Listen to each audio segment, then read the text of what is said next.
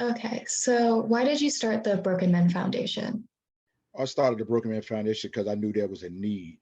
I was in law enforcement for 25 years, and I saw a lot of different families and different things been torn apart, especially when fathers come in and, sometimes, mothers as well, and they had to be taken into custody or were sentenced and different things like that. I just knew there was a time, when you look back and you saw children crying and people hurting, walking out the courtroom, hitting the door, and just because their life has been altered at this particular point. And I said, what could I do, at the end of my career, going towards the end of my career to try to make a difference in the community? That's great. And I'm going to walk it back a step just to have you introduce yourself and who you are. My name is Ellery Lundy of the Broken Man Foundation and the Broken Man Foundation Youth Academy, founder and president. Perfect. And I know that you work in Richmond and Emporia. Can you talk a little bit about the challenges that you have in working in a rural program? Yes, the rural program in Emporia is totally different than being in Richmond. The challenges of the different counties and localities are difficult for young folks and parents to actually get to us at times. The resources are nothing like being in Richmond because everything is, to me, from what at the time I was down there, and has been like spread it apart. In Emporia, we thought definitely was a need to be in Emporia, but we did a pilot program down there for about maybe about 9 weeks. But when it comes to funding and trying to get mentors to travel up and down the road, because it's about an hour, 15, 20 minutes each way. So the dynamics of gas and paying people to come back and forth. So that was basically one of the challenges for going to a rural area was for us. Yeah, and how did you pick Emporia? Is it just the proximity? No, what would happen? I actually have a mentor that's from down that way. A couple of mentors are actually born and raised, and actually my roots come from Emporia. So when it was brought to me, it was a no brainer. Then I got to paying attention more different things was happening on the news, with gun violence in Greensville. I'm like, this is in Emporia. I mean, really, you look for those areas like that to be a little bit more safer. And then I understood that, when people think just because you're in Richmond or you live in the rural areas or the surrounding counties that it doesn't exist, but it does exist. So that's what made us wanted to put our footprints to start a chapter in Emporia. Yeah, and that kind of leads to my next question. Could you speak a little bit about the influence that mentoring has had on your life? Oh, wow. Now, when you ask that question, and I know it's an open question, but is it for me, how I feel about me mentoring or somebody mentoring myself? I just want to make sure I'm clear. You can really take it either way. I was thinking about someone who mentored you, but I know Okay. the impact kind of goes both ways.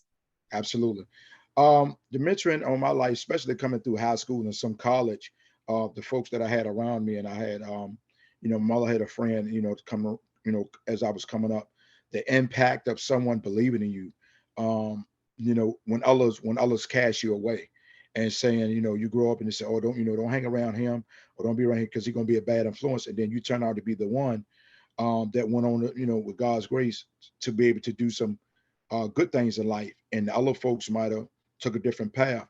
So the mentoring allowed me to know right from wrong, to be able to make the right decisions, to understand that whatever you're doing in this life, you want to make sure that you give back. What's your legacy, whatever that looks like, and be good at what you do. Make no excuses about what you do, but be accountable for what you do, and make sure that you listen. My mom has always told me, son, make sure that you listen. When you're speaking to people. So mentors definitely influence that. If you can be there for people, be there for people. If you don't mean what you say, don't say it, because there's accountability and different things what you're doing as you walk this journey of life. So mentoring the people that were over top of me at that particular time were great influence on my life, for me to do what I'm doing today. Yeah, that's amazing. And since you brought it up, maybe just a little bit about how you being a mentor has affected you. Oh my God, it has humbled me. It has given me a much greater appreciation for life and being able to understand that all these young men and everybody that we mentor and the mentors that are with us, because I could not do it without those guys. It allows us to create a brotherhood. But what it does is it holds us accountable. It makes us very transparent, and it also makes you have much more integrity because it keeps you aligned in your life. You're telling other folks not to do these things, and you have to make sure that you don't do these things.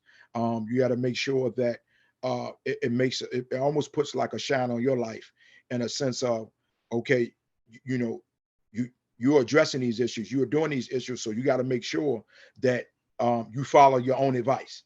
At times, but what has been the greatest part is to be able to see a young man look in the eyes of your face and to look at you and be willingness and have an eagerness to want to hear what you are saying.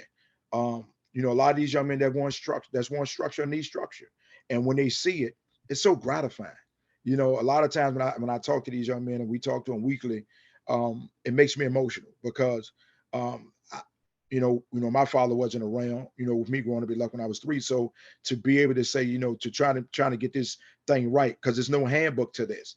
It's just understanding that your walk of life and life experiences will meet people in different places, if you allow this. So I believe that it keeps me grounded and well-rounded as being a mentor. Yeah, that's amazing. And where do you see your program heading in the future? Oh my God. I see us being the next best thing. I see the future of being a lot of leaders. I see our organization being able to be the forefront of being a footprint for a lot of people that would like to come behind us.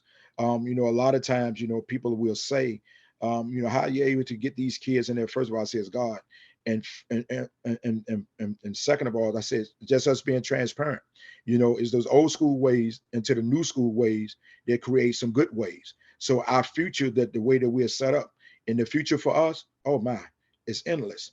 I can see these young men coming back eventually and taking over the program and then creating other chapters for programs, because it's just not about us being locally here and everything and all the efforts and everything that we put in. But I believe that we're the next best thing. And I will speak that into existence of the direction that we're going in and the beliefs and everything that we stand for at the foundation. And do you have any final messages you'd like to end on? Yes, my final message that I end on, I just want to make sure that people are accountable for who they are and what they do.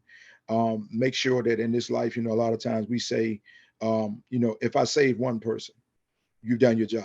I think that's an old cliche, just my opinion. That's my opinion there.